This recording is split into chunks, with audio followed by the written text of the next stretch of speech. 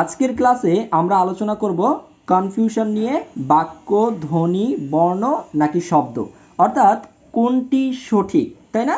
তো এই কোশ্চেনগুলো যেহেতু চাকরির পরীক্ষাতে বারবার রিপিট হয়, বারবার আসে, তাই আজকের আমরা এইগুলোকে আমরা একদম খুব ভালোভাবে শেষ করে ফেলবো ইনশাল্লাহ। ওকে, তো চলেন আমরা প্রথমে আগে একটু শিখি ভাষার মূল উপকরণ কি।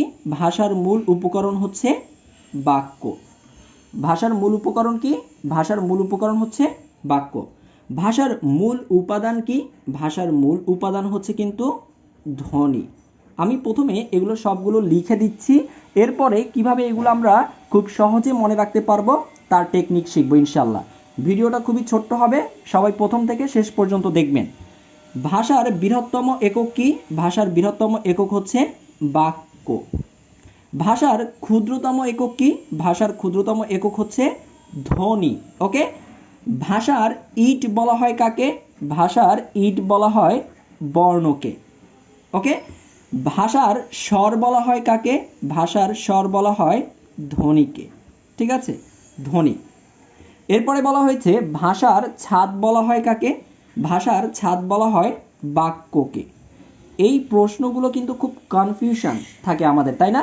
যে আসলে কোনটা সঠিক হবে, কোনটা সঠিক হবে, তাই তো? এরপরে দেখেন এখানে বলেছে বাক্যের মৌলিক উপাদান কি? বাক্যের মৌলিক উপাদান হচ্ছে শব্দ। ঠিক আছে, আচ্ছা, এর পাশে আমরা আরো বেশ কিছু জিনিস লিখে রেখেছি, আমরা এগুলো একটু দেখি। বাক্যের মূল উপাদান কি?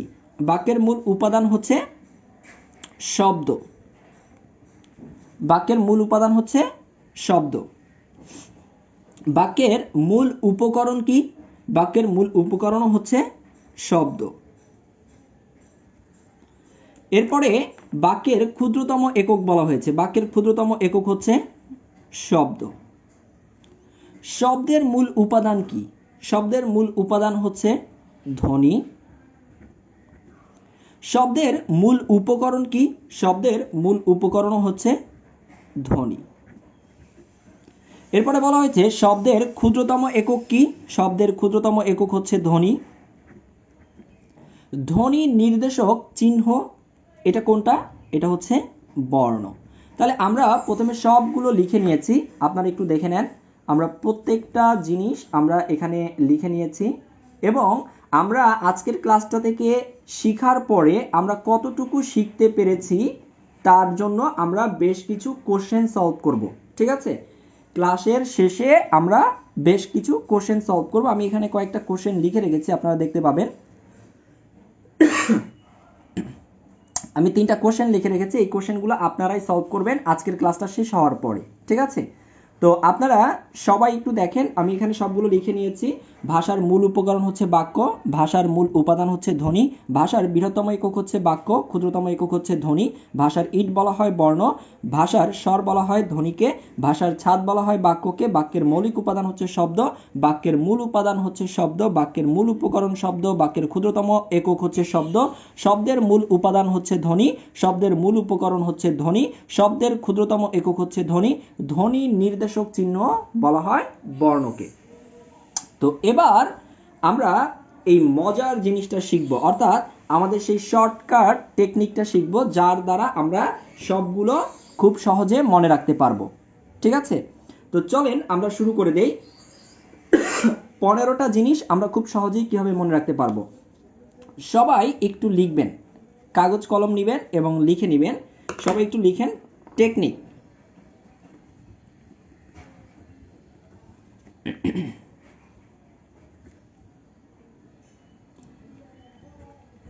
শর্টকাট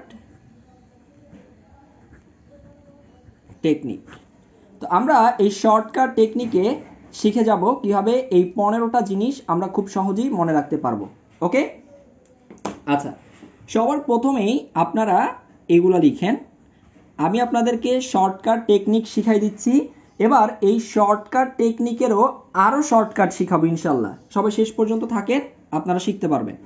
সবাই আমি যেভাবে লিখি সেভাবে লিখেন। প্রথমে শব্দ থাকলে, প্রথমে শব্দ থাকলে পরে হবে ধ্বনি। প্রথমে শব্দ থাকলে পরে হবে ধ্বনি।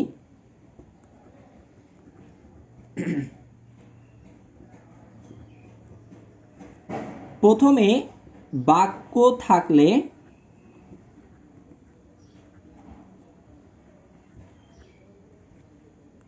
পরে হবে শব্দ। পরে অর্থাৎ মানে শেষে বুঝাচ্ছি। প্রথমে শব্দ থাকলে পরে হবে ধ্বনি। প্রথমে বাক্য থাকলে পরে হবে শব্দ। ওকে, আচ্ছা, এরপরে আরো কয়েকটা গুরুত্বপূর্ণ জিনিস একটু লিখে রাখেন। সেটা হচ্ছে এরকম যে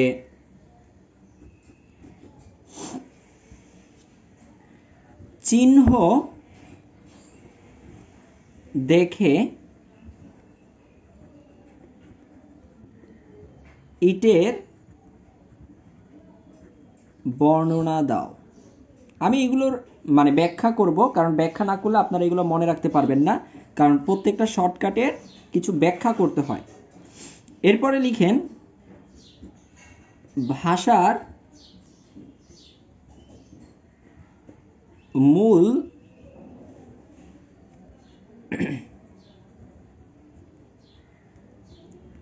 উপাদান। ভাষার মূল উপাদান ছোট স্বরধ্বনি।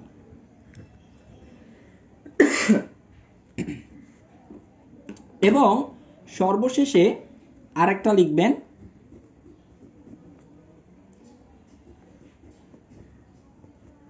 ছাদের উপকরণ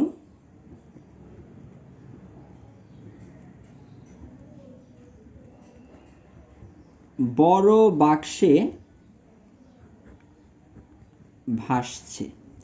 এই কয়টা বাক্য একটু আপনারা লিখে ফেলেন। এখন এগুলোকে যখন আমি এক্সপ্লেন করব তখন আপনার কাছে পুরোটাই জলের মতো ক্লিয়ার হয়ে যাবে। ঠিক আছে ভিউয়ার্স, চলুন এবার এগুলো একটা একটা করে ব্যাখ্যা করি। যেমন প্রথম বাক্যটাতে আমি লিখেছি প্রথমে শব্দ থাকলে পরে হবে ধ্বনি। তাহলে আপনারা এটা মনে রাখবেন, প্রথমে যদি কি থাকে, শব্দ থাকে, তাহলে পরে হবে ধ্বনি। ঠিক আছে, এরপরে যদি প্রথমে বাক্য থাকে তাহলে পরে হবে শব্দ।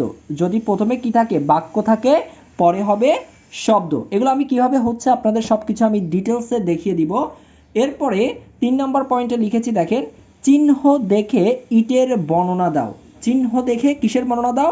ইটের বর্ণনা দাও। অর্থাৎ এই চিহ্ন, ইট, এইগুলো যদি থাকে তাহলে বর্ণনার যদি শেষের মূর্ধন্য আকার এটা যদি আমরা বাদ দিয়ে দেই তাহলে থাকে হচ্ছে বর্ণ। তার মানে যেই বাক্যের মধ্যে আমরা চিহ্ন দেখতে পাবো, ইট দেখতে পাবো, সেগুলো হচ্ছে বর্ণ। এরপরে হচ্ছে ভাষার মূল উপাদান হচ্ছে ছোট স্বরধ্বনি। ভাষার এই শব্দটা মানে প্রথমেই থাকবে ভাষার মূল উপাদান, তারপরে হচ্ছে ছোট অথবা স্বর। যদি বলা হয় ভাষার মূল উপাদান কি, তার মানে হচ্ছে ধ্বনি। যদি বলা হয় ভাষার ছোট বা ক্ষুদ্রতম একক কি, তাহলে হচ্ছে ধ্বনি।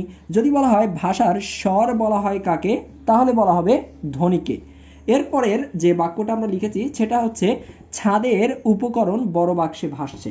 যেমন এই বাক্যটা আর এই বাক্যটা মনে রাখাটা খুবই সহজ, একটু ভালো করে খেয়াল করে দেখেন। চিহ্ন দেখে ইটের বর্ণনা দাও। অর্থাৎ কল্পনা করেন আপনি একটা বিল্ডিং বানাচ্ছেন, আপনার অবশ্যই সেখানে ইটের প্রয়োজন হবে। এবার ইটগুলো ভালো নাকি খারাপ সেটা বুঝতে হলে আপনাকে ইটের গুণাগুণগুলো ভালো করে জানতে হবে। এর জন্য ইটটাকে ভালো করে আপনাকে বর্ণনা করতে হবে বা চিনতে হবে, তাই না? এখন দেখেন চিহ্ন দেখে ইটের বর্ণনা দিচ্ছেন আপনি, যে ইটটা কি ভালো নাকি খারাপ। তার মানে ইটের বর্ণনা দিচ্ছি আমরা কি দেখে? চিহ্ন দেখে। এখন চিহ্ন কেন ভাইয়া? কারণ এই যদি কিছু কোশ্চেন আছে এরকম ধ্বনি নির্দেশক চিহ্ন, অর্থাৎ কোনো বাক্যের ভিতরে যদি আপনি এরকম চিহ্ন পান যে ধ্বনি নির্দেশক চিহ্ন কোনটি, তাহলে লিখব বর্ণ। যদি বলা হয় ইট থাকে, যেমন এই যে ভাষার ইট বলা হয় কাকে? বর্ণকে। ক্লিয়ার? তাহলে এই লাইনটা ক্লিয়ার। আচ্ছা, এবার ধরেন আপনার ইটগুলো ভালো না, আপনার ইটগুলো কি ভালো না, তো ভালো না ইটগুলো সেগুলো তো ফেলে দেওয়া যাবে না, সেগুলোকেও কাজে লাগাইতে হবে। ধরেন আপনি ছাদ ঢালাই দিবেন, কি দিবেন? ছাদ ঢালাই দিবেন। এবার ছাদেও কিন্তু আপনার সেই ইটের গুঁড়োগুলো লাগবে, অর্থাৎ ভাঙা যে ইটগুলো থাকে সেগুলো লাগে। এবার দেখেন সেই ছাদের উপকরণগুলো, অর্থাৎ ছাদ তৈরি করতে যে যে উপকরণ লাগে, ছাদের উপকরণগুলো আপনি একটা বড় বাক্সে রেখে দিয়েছেন, কিন্তু হঠাৎ করে প্রচুর বৃষ্টি আসায় সেই বড় বাক্সটা বৃষ্টিতে ভাসছে, অর্থাৎ বৃষ্টিতে সেই বাক্সটা ছাদে কি এখন ভাসছে। তার মানে একটু খেয়াল করে দেখেন, যদি আপনার কোনো বাক্যে ছাদ অথবা উপকরণ অথবা বড় এগুলো বলা থাকে, তার মানে এখানে বাক্সে বলতে আমরা বাক্যকে বুঝাচ্ছি, বাক্য। তার মানে সেগুলো হবে হচ্ছে বাক্য। আমি পুরোটা আবার রিপিট করব খুব সুন্দর করে, আগে জাস্ট বেসিকগুলো একটু আপনাদেরকে ধরাই দিচ্ছি। তাহলে একটু খেয়াল করে দেখেন, যদি বলা হয় যে ছাদ বলা হয় কাকে, যেমন এখানে একটা কোশ্চেন আছে, ভাষার ছাদ বলা হয় কাকে, তার মানে হচ্ছে এই যে ছাদ দেখলেই আমরা দাগাবো বাক্য, কারণ ছাদের উপকরণগুলো বড় বাক্সে ভাসছে, তাই না? তারপরে যদি আপনাকে বলা হয় যে ভাষার মূল উপকরণ কি, যেমন এই যে প্রথমটাই খেয়াল করেন, ভাষার মূল উপকরণ, তার মানে এই যে উপকরণ থাকলে সেটা কি হবে, সেটা হবে বাক্য। এরপরে যদি বলা হয় যে ভাষার বৃহত্তম একক কি, তাহলে দেখেন এই যে ভাষার বৃহত্তম অথবা বড়, যদি এরকম বলে ব দিয়ে বড় ব দিয়ে বাক্য, তার মানে ভাষার বৃহত্তম একক হচ্ছে বাক্য। আর এগুলাতে ভাসছে কেন, এই যে প্রথমে ভাষা শব্দটা থাকবে, ভাষা। ওকে, আচ্ছা, আশা করি আপনারা সবাই বুঝতে পেরেছেন। এবার আমি একবার রিপিট করব, তারপরে আপনাদের জন্য কিছু কোশ্চেন রেখেছি, আপনারা এই কোশ্চেনগুলো সলভ করবেন সবাই, ঠিক আছে? তো আসেন আমি আবার প্রথম থেকে একটা একটা করে মিলাবো এবং আপনারা সবাই দেখবেন। প্রথমে শব্দ থাকলে পরে হবে ধ্বনি। আমি কিন্তু আপনাদেরকে আরো শর্ট করে দিব, অর্থাৎ যারা পড়ালেখায় আরো বেশি ফাঁকিবাজ তাদেরকে এই 5টা মুখস্থ করতে হবে না, জাস্ট 3টা মুখস্থ করলেই হবে। তো সেই 3টা কোনটা কোনটা আমি আপনাদেরকে বলবো, আগে একবার একটু পুরোটা এক্সপ্লেন করে আসি আবার। প্রথমে শব্দ থাকলে পরে হবে ধ্বনি। যেমন দেখেন এখানে এই যে প্রথমে শব্দ আছে, তাই না? প্রথমে কি পাচ্ছি, শব্দ। শব্দের মূল উপাদান কি, প্রথমে শব্দ আছে পরে হবে ধ্বনি। শব্দের মূল উপকরণ কি, প্রথমে শব্দ আছে পরে হবে ধ্বনি। শব্দের ক্ষুদ্রতম একক কি, প্রথমে শব্দ আছে পরে হবে ধ্বনি। তার মানে যদি প্রথমে শব্দ থাকে তাহলে পরে কি হবে, পরে ধ্বনি হবে। সবাই বুঝতে পেরেছেন? এরপরে দ্বিতীয় যে লাইনটা সেটাতে ছিল প্রথমে বাক্য থাকলে পরে হবে শব্দ। যেমন একটু খেয়াল করে দেখেন, প্রথমে বাক্য, বাক্যের ক্ষুদ্রতম একক কি, প্রথমে বাক্য আছে তাহলে পরে হবে শব্দ। বাক্যের মূল উপকরণ কি, প্রথমে বাক্য আছে পরে হবে শব্দ। বাক্যের মূল উপাদান কি, প্রথমে বাক্য আছে পরে হবে শব্দ। বাক্যের মৌলিক উপাদান কি, প্রথমে বাক্য আছে তাহলে পরে হবে শব্দ। তাহলে দেখেন আমরা এই দুইটা লাইন মনে রাখতে পারলে আমাদের কিন্তু কয়টা হয়ে যাচ্ছে, 1 2 3 4 5 6 7টা জিনিস আমরা খুব সহজেই মনে রাখতে পারছি এই দুইটা লাইন মনে রাখতে পারলে। এবার আমরা দেখব এই যে চিহ্ন দেখে ইটের বর্ণনা দাও। যেমন যদি আপনার কোনো কোশ্চেনের ভিতরে চিহ্ন কথাটা থাকে, যেমন ধ্বনি নির্দেশক চিহ্ন, তাহলে ধ্বনি নির্দেশক চিহ্ন, এই যে চিহ্ন শব্দটা আছে, তার মানে ধ্বনি নির্দেশক চিহ্ন বললেই কি, বর্ণ। কারণ চিহ্ন দেখে ইটের বর্ণনা দাও, বর্ণনা থেকে পাই আমরা বর্ণ। তারপরে ইট কথাটা যদি থাকে, যেমন এই যে ভাষার ইট বলা হয় কাকে, ভাষার ইট বলা হয় বর্ণকে।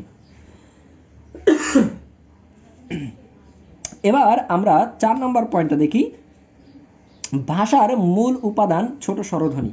এটা যদি মনে রাখতে আপনাদের কষ্ট হয়, আমরা এই পয়েন্টটা মুখস্থ না করলেও চলবে। একই সাথে আমরা প্রথম পয়েন্টটাও মুখস্থ না করলেও চলবে, অর্থাৎ আমরা এই দুইটা পয়েন্ট চাইলে বাদ দিয়ে দিতে পারি। তবে আমাদের বোঝার স্বার্থে আমি একবার একটু এক্সপ্লেন করে যাই।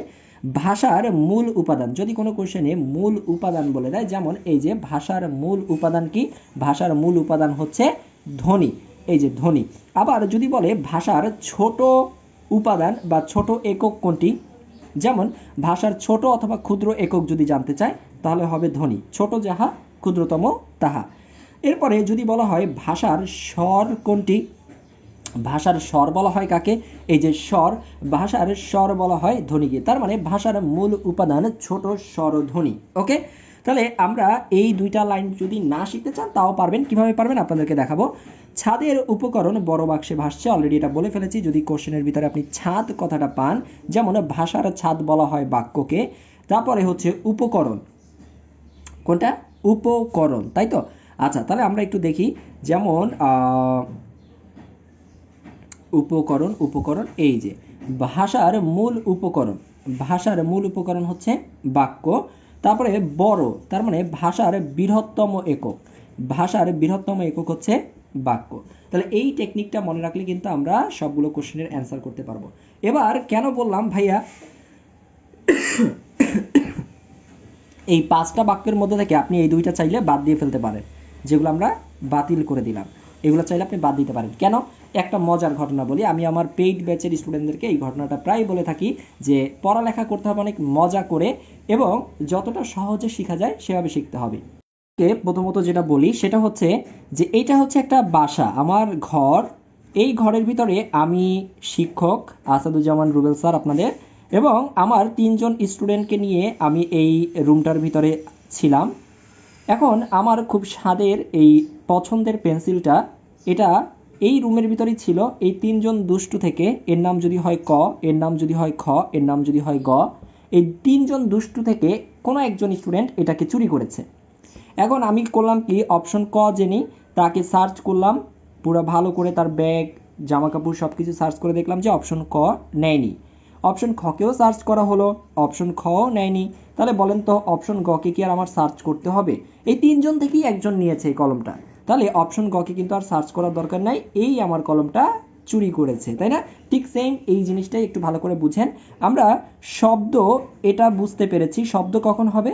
বাক্যে, মানে প্রথমে যদি বাক্য কথাটা থাকে তাহলে হবে শব্দ। আমরা শব্দটা চিনে ফেলেছি, আমরা বর্ণটাও চিনে ফেলেছি, চিহ্ন দেখে ইটের বর্ণনা দাও, এবং আমরা বাক্যটাও চিনে ফেলেছি, ছাদের উপকরণ বড় বাক্সে ভাসছে। তাহলে আমরা যেহেতু 3জনকেই পারবো, তার মানে বাকি যেটা রয়ে গেল সেটা হচ্ছে ধ্বনি। ধ্বনি তার মানে আপনি সবসময় প্রশ্ন দেখে আগে এই 3টা মিলাতে চেষ্টা করবেন যে এই 3টার মধ্যে পড়ে কিনা। যদি দেখেন এই 3টার মধ্যে পড়ছে না, তার মানে সেটা অবশ্যই হবে ধ্বনি। তাহলে আর আপনাকে কষ্ট করে ধ্বনিগুলো মুখস্থ করতে হচ্ছে না। কথা কি বুঝতে পেরেছেন? আসেন এখন আমরা কয়েকটা জিনিস একটু প্র্যাকটিস করব, দেখব যে আমরা পারি কিনা। ঠিক আছে, এখানে বেশ কয়েকটা কোশ্চেন রেখেছি, আপনারা এইগুলো হচ্ছে HW করবেন এবং সবাই একটু কমেন্ট করে জানাবেন। ঠিক আছে, আমি একটু আপনাদেরকে হেল্প করি। প্রথম যে কোশ্চেনটা আছে, বাক্যের মূল উপকরণ কি? সবাই একটু চিন্তা করেন যে প্রথমেই বাক্য শব্দটা আছে, সবাই একটু ভালো করে খেয়াল করবেন। প্রথমেই বাক্য শব্দটা আছে, আমি জাস্ট আপনাদেরকে একটু হেল্প করছি। প্রথমেই বাক্য শব্দটা থাকলে পরেরটা কি হবে আপনারা বুঝতে পারছেন। এরপরে 2 নাম্বারটা দেখেন, ধ্বনি নির্দেশক চিহ্ন, চিহ্ন দেখে ইটের বর্ণনা দাও। অলরেডি আপনারা হয়তো বা 2 এর অ্যান্সারও করতে পারবেন। সবাই আপনারা কমেন্ট করে জানাবেন 1 এর অ্যান্সার কত, 2 এর অ্যান্সার কত এবং 3 এর অ্যান্সার কত। ভাষার বৃহত্তম একক কি? অর্থাৎ বৃহত্তম বলেছে, বৃহত্তম। তাহলে ছাদের উপকরণ বড় বাক্সে ভাসছে, আপনারা অলরেডি 3 নাম্বারটাও হয়তো বা বুঝতে পেরেছেন। সবাই 1 2 3 এই 3টা কোশ্চেনের অ্যান্সার খুব ঝটপট করে কমেন্ট বক্সে কমেন্ট করে জানিয়ে দেন।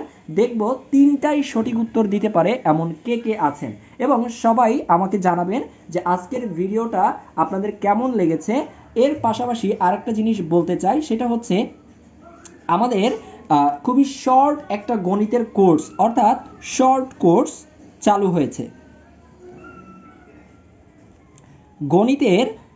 গণিতের উপরে শর্ট কোর্স আছে আমাদের একটা, যেখানে আপনারা 125টা ক্লাস পাবেন, 125টা ক্লাস পাবেন, এবং এই 125টা ক্লাস যদি আপনি শেষ করতে পারেন, আপনার গণিতের সব রকমের সমস্যার সমাধান হয়ে যাবে।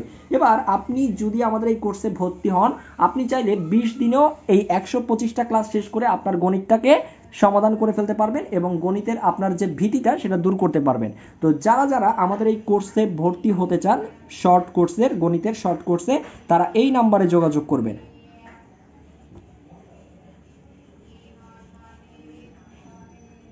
সবাই এই নাম্বারে যোগাযোগ করবেন এবং এই 3টা কোশ্চেনের অ্যান্সার সবাই এখনই পাঠিয়ে দেন। ভালো থাকবেন, আল্লাহ হাফেজ, আসসালামু আলাইকুম।